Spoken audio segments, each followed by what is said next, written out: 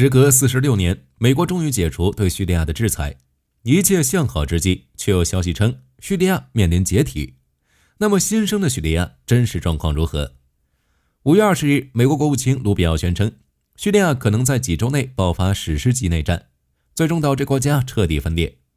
不过就火力军而言，阿萨德政府倒台后，新生的叙利亚的确面临一定的困难，但不会解体。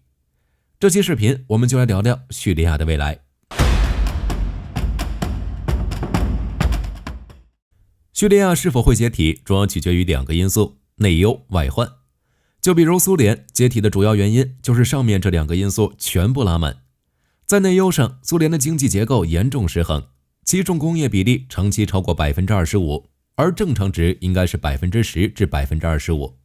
在20世纪80年代，苏联军费开支更是占到 GDP 的 15%， 等于美国的2倍。入侵阿富汗与星球大战计划更是进一步拖垮苏联经济，加上国际油价暴跌，民众生活水平大幅下降。经济不行就算了，苏联还存在民族矛盾，其内部有数百个民族，但苏联长期推行俄罗斯化，压制少数民族权益。波罗的海3国就是最直接的例子，到现在还在骂苏联，解体后还是如此。在乌俄战场之上，俄军直接将远东地区的大头兵当炮灰。外患就更直接了，原因只有一个：北约。苏联入侵阿富汗不仅拖垮了经济，还导致苏联遭到了世界上大多数国家的谴责和反对。联合国多次通过决议，要求苏军撤出阿富汗。美欧的制裁让苏联本就不富裕的家庭雪上加霜，加上美国的推动，导致苏联内部矛盾进一步激化。除此之外，苏联还存在改革失败、官员贪腐严重的问题。这一系列情况的结果就是解体。那么叙利亚存在以上这些情况吗？就当前的局势来看，叙利亚的外患其实只有一个：俄罗斯。过去10几年内，俄罗斯将叙利亚作为辐射地中海的跳板，不断加强部署。阿萨德政府倒台后，新生的沙拉政府倒向美国，并让俄罗斯撤出在叙利亚的驻军。但是很明显，俄罗斯不想放弃在叙利亚的部署。时至今日，赫梅米姆基地仍旧部署有俄军士兵，于是叙利亚动手了。5月20日，俄罗斯驻叙利亚的赫梅米姆空军基地遭到武装分子袭击，交火持续近1个小时。袭击过程中出现了重武器与无人机，有消息称袭击与叙利亚政府有关，袭击者来自叙利亚国防军第84师，名义上隶属沙拉政府。此外，还有消息称沙拉已经发出最后通牒，让俄罗斯将部署在叙利亚的士兵全部撤出，否则就会发起攻击。对于叙利亚而言，对付俄罗斯的军事基地不算什么麻烦事，或者说俄罗斯深陷乌俄战争的当下，叙利亚的俄罗斯驻军已捉襟见肘。如果想要保证在叙利亚的军事基地，俄军就要面临更多的死伤。其军事基地的士兵大约上千人，虽然配备有 S-400 和苏35，不过因乌俄冲突的影响，弹药并不是很充足。另一边，叙利亚新政府的国防军拉出来10万人，轻轻松松，加上美国提供的无人机、反坦克导弹，发起总攻收复军事基地难度并不大。毕竟俄军这边处于孤立无援的状态，所以对于叙利亚来说，俄罗斯并不会带来很大的威胁。这个时候就要提到以色列了。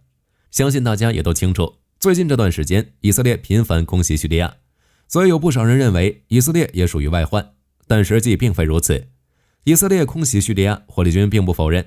自2025年年初以来，以色列至少对叙利亚领土发动了55次攻击，其中包括47次空袭与8次地面袭击，造成约79个目标损毁，主要是武器库、军营及车辆。并且在5月30日，以军就证实轰炸叙利亚拉塔基亚地区的反舰导弹武器库以及地对空导弹系统。按照以军的说法，这威胁到以色列与国际的海上航行。之后以军将继续行动，以维持该地区的行动自由。就火力军来说，以色列的空袭并不是针对新生的叙利亚。在阿萨德政府时期，以色列打击叙利亚，那是因为叙利亚背后站着伊朗。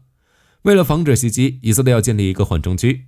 但是随着阿萨德政府倒台，新生的叙利亚跟伊朗没什么关系，反而与美国同一阵营，并且在2025年1月，叙利亚就已经同意在戈兰高地缓冲区部署联合国部队。在这种情况下，以色列没有打击叙利亚的理由。就火力军来说，以色列空袭叙利亚的原因只有2个：警告俄罗斯，施压伊朗。以军在5月底的空袭地点位于拉塔基亚地区，这是俄军赫梅米姆空军基地的所在地。而且对于当前的叙利亚政府来说，还有一个问题：部署在沿岸的反舰导弹从哪儿来的？所以结果很明显了，伊朗与俄罗斯扶持的阿萨德政权还保留了残余势力，并成为新的反政府武装。如果叙利亚对俄罗斯的军事基地发动大规模进攻，这或许会用来打击新生的叙利亚政府。以军的空袭则是防患于未然，在古代这叫做清君侧。就像卢比奥说的那样，以色列的军事行动是创造叙利亚稳定的必要手段。就外患来看，不太可能导致叙利亚解体，其最大的问题是内忧。新生的叙利亚政府无法做到对叙利亚的100%掌控。叙利亚的内忧包括内部割据以及国内经济。阿萨德政府倒台后，新生的叙利亚政府对叙利亚的控制比较薄弱，仅能控制大马士革等核心城市，对全国约80%的领土缺乏有效治理能力，各派系武装割据现象加剧。目前在叙利亚境内还存在与叙利亚新政府敌对的武装组织。在2025年3月份，叙利亚西部沿海地区拉塔基亚省和塔尔图斯省发生大规模冲突，这两个省份属于阿萨德政府的大本营。而美国全国公共广播电台报道称，这次的袭击事件起因是叙利亚新政府与阿萨德旧部发生了武装冲突。在西部地区，叙利亚安全部队还与黎巴嫩军队短暂交火。在南部地区，安全部队与地方武装人员发生摩擦。在东北部地区，土耳其及其支持的叙利亚国民军与叙利亚库尔德武装支持的叙利亚民主力量发生冲突。在5月29日，极端组织伊斯兰国宣称对叙利亚新政府军队发动袭击，这是阿萨德倒台后该组织对新政权发动的首次袭击。目前在叙利亚沙漠地区，伊斯兰国仍存残余势力。除了群雄割据，叙利亚在经济方面也存在一定的问题。联合国2025年2月发布了一份报告显示，自2011年叙利亚内战爆发以来，叙利亚 GDP 累计损失约8000亿美元。医疗、银行、能源和农业方面的问题又会影响民众的生活。约90%的人口处于贫困线以下，1400万人急需救助。2018年至2024年，其年均经济增长率仅为 1.3%。按这种趋势计算，到2080年，叙利亚才能恢复2011年的水平。出现这种情况的原因就是美国的制裁以及国内的动乱。1979年，美国就对叙利亚实施制裁，包括武器禁运、经济制裁等。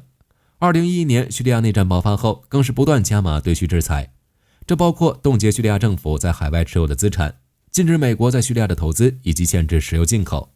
向叙利亚政府提供资金的个人和企业也会遭遇制裁。这一套操作下来，叙利亚获得外部投资的机会几乎为零。伊朗与俄罗斯这两个队友也不是什么土豪，没那么多的经济照顾叙利亚。而内战的爆发又导致国内动荡，在这种情况下，叙利亚根本不可能大力发展经济。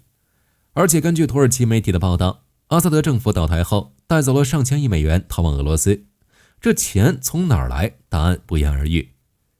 民众生活状况不好，国内群雄割据，的确有解体的征兆，只差一个契机。如果这个时候叙利亚内部的反对派势力得到外部支持，叙利亚解体并非不可能，苏联就是这样没的。但如果问叙利亚是否会解体，霍立军的答案是不会，原因很简单，苏联当时的问题无法解决，所以解体了，但叙利亚的内忧已经解决了一部分。内部冲突方面，叙利亚在3月份达到了一个顶峰，但3月份之后这个问题就解决了一部分。目前叙利亚新政府已经与叙利亚民主力量签署协议，同意在叙利亚全境实现停火，将叙利亚东北部地区的所有民事和军事机构整合到叙利亚国家治理框架内。叙利亚西南部与东南部的德鲁兹派也与叙利亚新政府签署了类似的协议，和平已经是叙利亚的未来趋势。在经济上，叙利亚新政府也解决了一个问题，制裁。特朗普访问中东时，叙利亚总统艾哈迈德·沙拉在利雅得与特朗普进行了33分钟的会谈，时间不长，但达成的协议很重要，解除对叙利亚的制裁。5月13日，特朗普在沙特首都利雅得表示，他将下令解除美国对叙利亚的制裁。当然，这也是有代价的。根据英国《泰晤士报》5月12日的报道，沙拉提议与美国签署一份矿产协议，内容类似美乌矿产协议，允许美国公司获取叙利亚的矿产资源。对于叙利亚而言，这并不是坏事。美国公司在叙利亚投资可以创造就业岗位，刺激叙利亚经济。5月23日，美国财政部宣布暂时停止此前对叙利亚实施的大部分金融制裁措施。根据报道来看，这是给予叙利亚为期180天的制裁豁免。在此期间，原来那些禁止的商业行为，包括对叙投资、向叙提供金融和其他服务，以及与叙利亚石油或石油产品相关交易等活动都获得许可。美金融机构也获准为叙利亚商业银行开设代理账户。欧盟这边也取消了对叙利亚的经济制裁。5月28日，欧盟正式取消对叙利亚的所有经济制裁，仅保留出于安全考量所实施的制裁，将24家实体从欧盟冻结资金和经济资源的制裁名单中移除，其中包括叙利亚中央银行以及与石油生产与炼化、棉花等企业，并且欧盟还承诺向叙利亚提供25亿欧元的援助。在内战之前，叙利亚经济还是不错的，石油、粮食和旅游属于国家经济的大头，其中石油日产量曾一度达到8万至9万桶，粮食年产量也可达到600万吨，能够满足国内需求并进行出口。目前国内各武装已全面停火，粮田和油田问题得到解决，解除制裁可以将这些东西换成实打实的美元。日本这边也宣称解除对叙利亚的部分制裁，不过日本各政府部门官网没有公布解除制裁的详细内容。日本的态度其实也就说明了一个问题：叙利亚正在融入国际，经济复苏几乎已经可以确定。当然，或许会有朋友认为叙利亚的局势那么乱，可能会出现没有企业投资叙利亚的情况。这个问题其实完全没有必要担心。美欧解除制裁其实就是在发出信号，想投资的赶紧来。其他国家怎么想的，火力军不确定，但沙特、卡塔尔和土耳其等国家的投资已经在路上了。5月31日，沙特外交大臣费萨尔在访问叙利亚时表示，为叙利亚战后重建提供资金支持，并计划派出多支商务代表团与叙利亚讨论能源、农业、基础设施和其他领域的投资合作。根据费萨尔的说法，向叙利亚公职人员提供资金支持，这项支持将为期3个月。4月份的时候，沙特和卡塔尔还帮叙利亚偿还了世界银行大约1500万美元的债务。此外，卡塔尔还通过约旦向叙利亚输送天然气，并计划每天提供400兆瓦电力。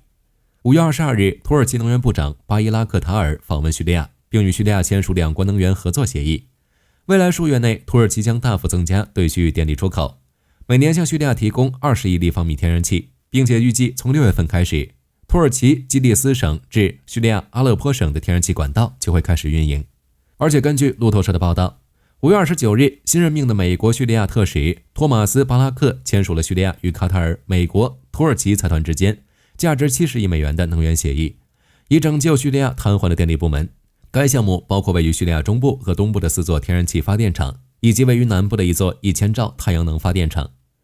总的来说，阿萨德政府垮台以后，叙利亚进入了一种各路势力割据状态。以色列想要建立缓冲区，俄罗斯在叙利亚保留驻军，美国与欧洲在叙利亚东北部同样有驻军，针对极端组织伊斯兰国。但是在2025年，这些问题都迎刃而解。土耳其与叙库尔德武装停火，叙利亚选择拥抱美国之后，通过稀土资源开发权换取解除制裁，叙利亚也不再是以色列的敌人。这些空袭针对的是俄罗斯军事基地，并且从2025年4月开始，美国就开始从叙利亚撤军，驻军人数从2000人减少至约1400人。美国指挥官将在60天后评估是否进一步裁军，估计美国会在叙利亚保留至少500名美军。加上周围国家的援助，叙利亚的经济也逐渐复苏。可以说，叙利亚唯二的问题就是俄罗斯驻军以及伊斯兰国，但二者注定无法掀起太大的风浪。俄罗斯忙于乌俄战争，无力应对中东局势；伊朗忙着与美国谈判，一旦谈崩，自己就要被打。在这种情况下，那些俄罗斯驻军根本没得选，只能撤离。至于伊斯兰国，一个已经被揍过一次的组织，等到叙利亚稳定下来，什么都好说。就火力军而言，在国内动荡渐停，美欧解除制裁，经济逐渐恢复的当下，叙利亚最缺的是时间。